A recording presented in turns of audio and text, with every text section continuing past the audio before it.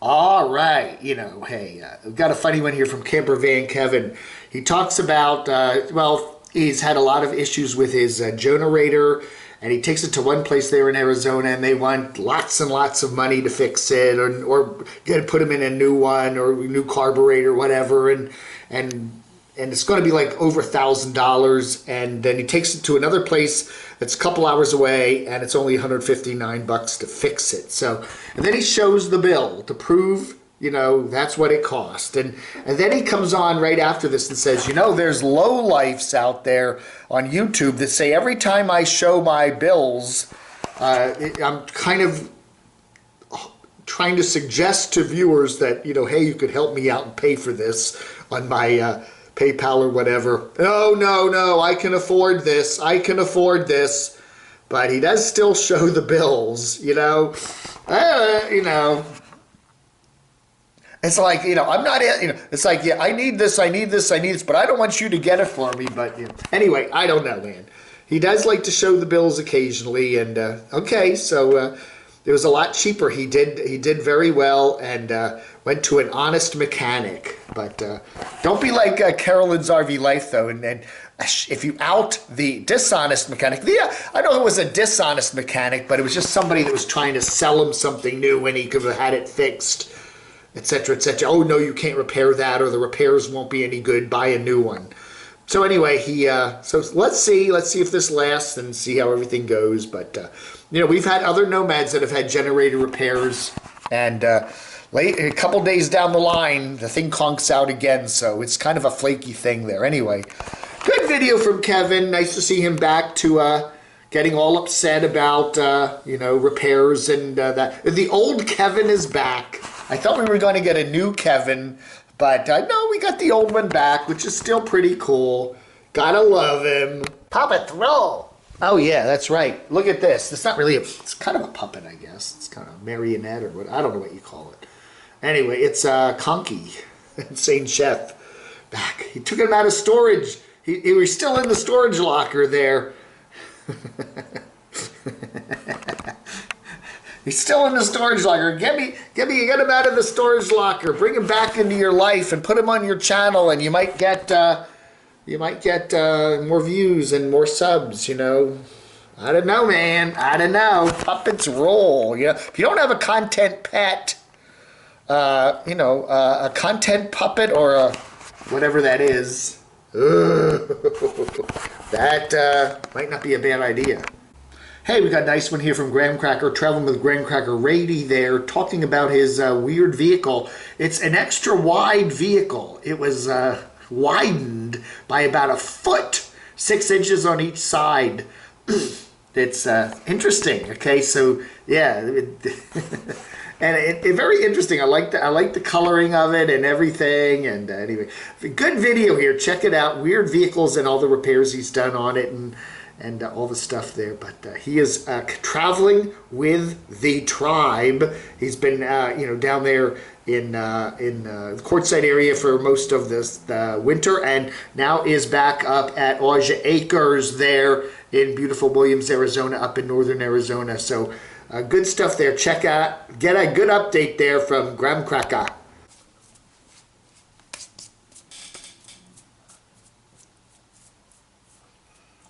Oh, are you here? Oh, sorry, just fixing up my beard here. Let's do some letters, shall we? Letters.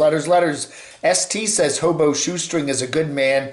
I think any of those places should contact his current apartment manager, folks, and check if he has a solid payment history.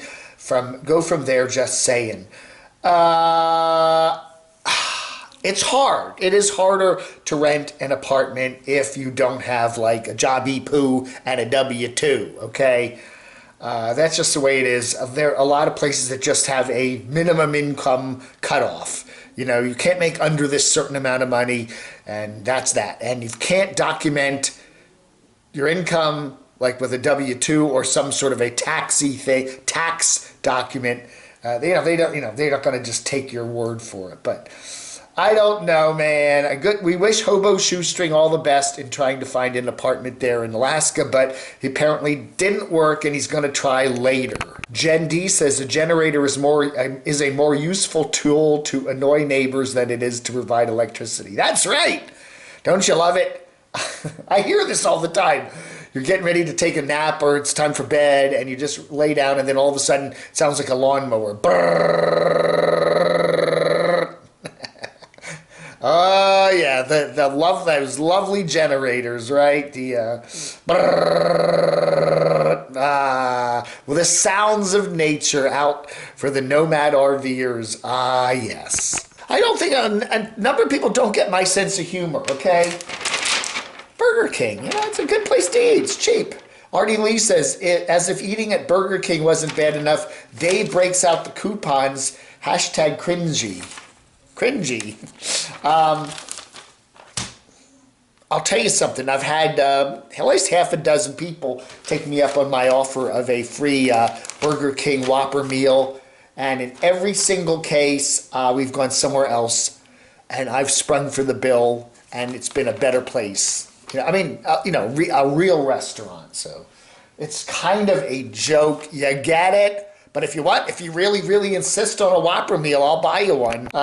STE Bishop says, Van City Van Life is getting very boring with the same old stuff every day. Why does he have to have a new video out every single day?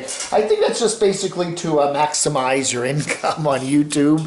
It's true. If you put more videos up, you get more views, you make more money. But at the same time, you don't want to bore your viewers. If you're putting up content that maybe isn't as interesting as what it should be, you might scare some people away and be doing more work for less bang for the buck. You know what I'm saying? Your videos will get fewer views per video, but you may get more views totally because you're doing twice as many videos. You get it? It's a careful balancing act. KCADV says, when we observe a schoolie camping, that's a school bus, we camp way outside of their sound, visual, and stink zone.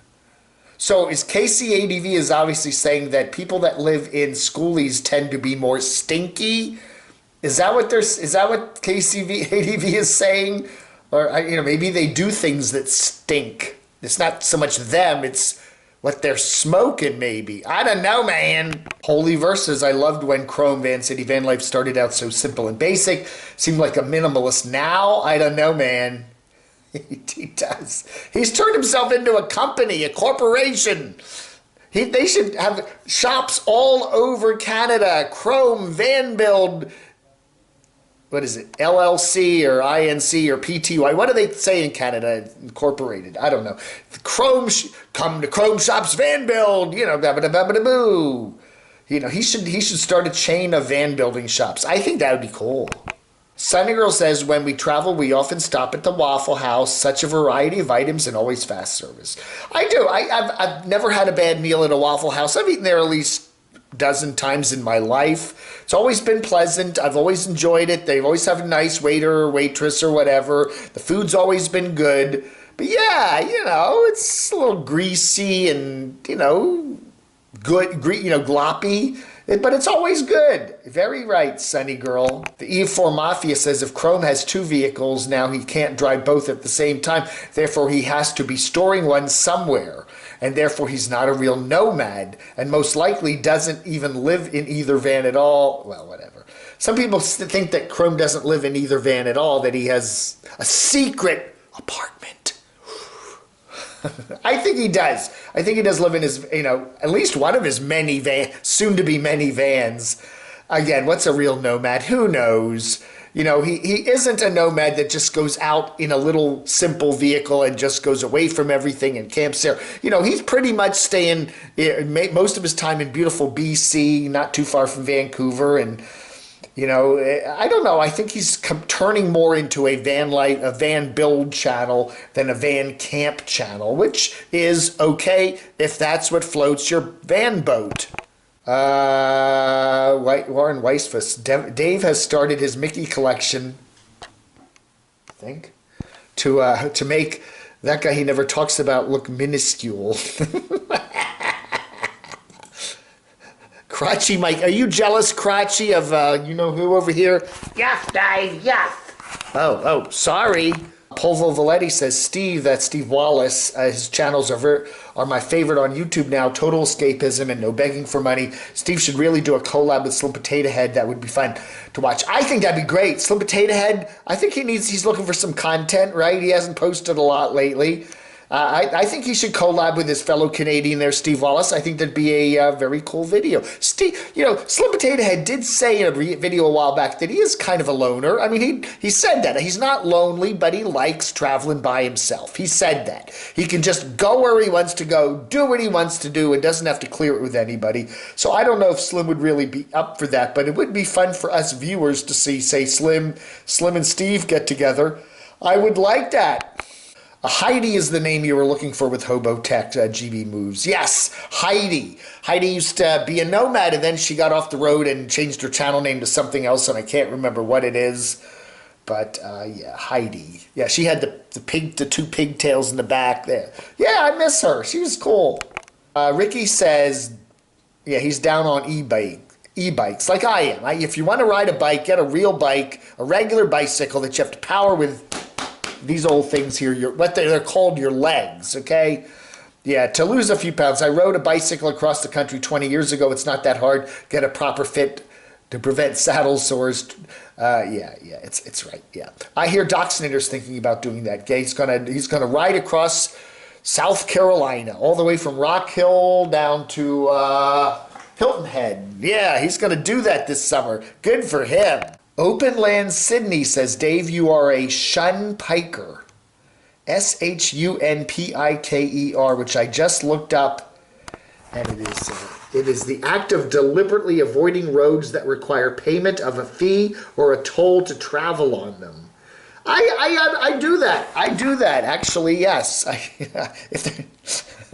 It's not such a problem. There are very few toll roads here in beautiful North Carolina, but when you get up into the D.C. area, they're turning all those roads now into those easy pass lanes, that you don't even have to pay the toll, but they hit your card or your account. And then the tolls ain't cheap. During rush hour, sometimes you could easily pay $25 just to drive home if you take what they call the Lexus lanes. Yeah. I don't know, man. Yeah. There's one road in D.C., what is it, the Dulles Access Toll Road, where it literally is like $25 to go 7 or 8 miles during certain rush hour periods. It's crazy. And I always just say I'd rather spend 10, 15 minutes in traffic and not have to pay anything. 10 or 20, more traffic, right? It's everything in the D.C. area is an hour and a half to get to, no matter how far away you are from it. Amtrak Traveler says, I met him at the Memphis airport. Oh, Hobo Shoestring. Yeah, you can't, he's easy to recognize with a big full beard. Yeah, there he is. I hope he's feeling better. Anyway, he looks good. I felt bad for him, such a nice guy. I watched his last video before flying back to Minnesota. I was in the airport and noticed his bucket, and there he was.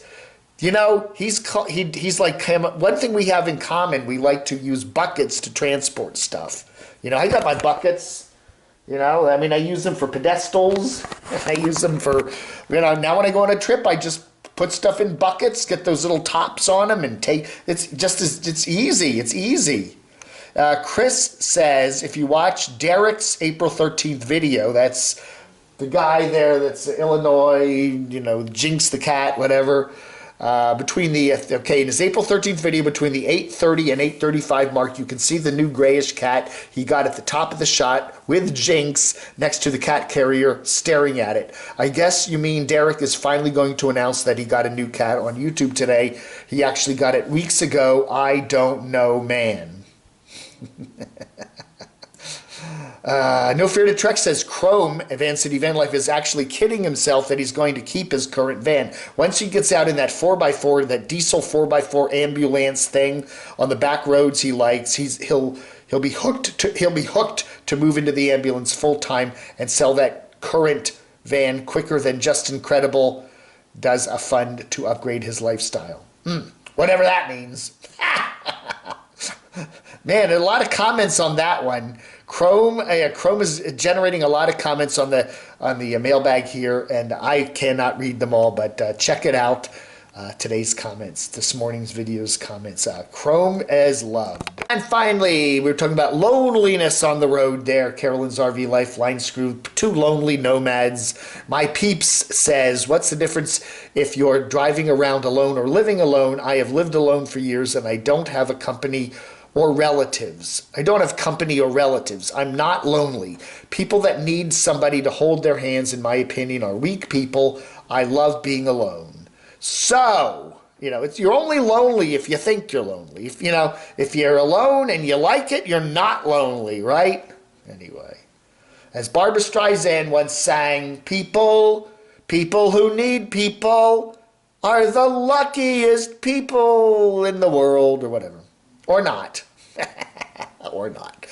Flag under.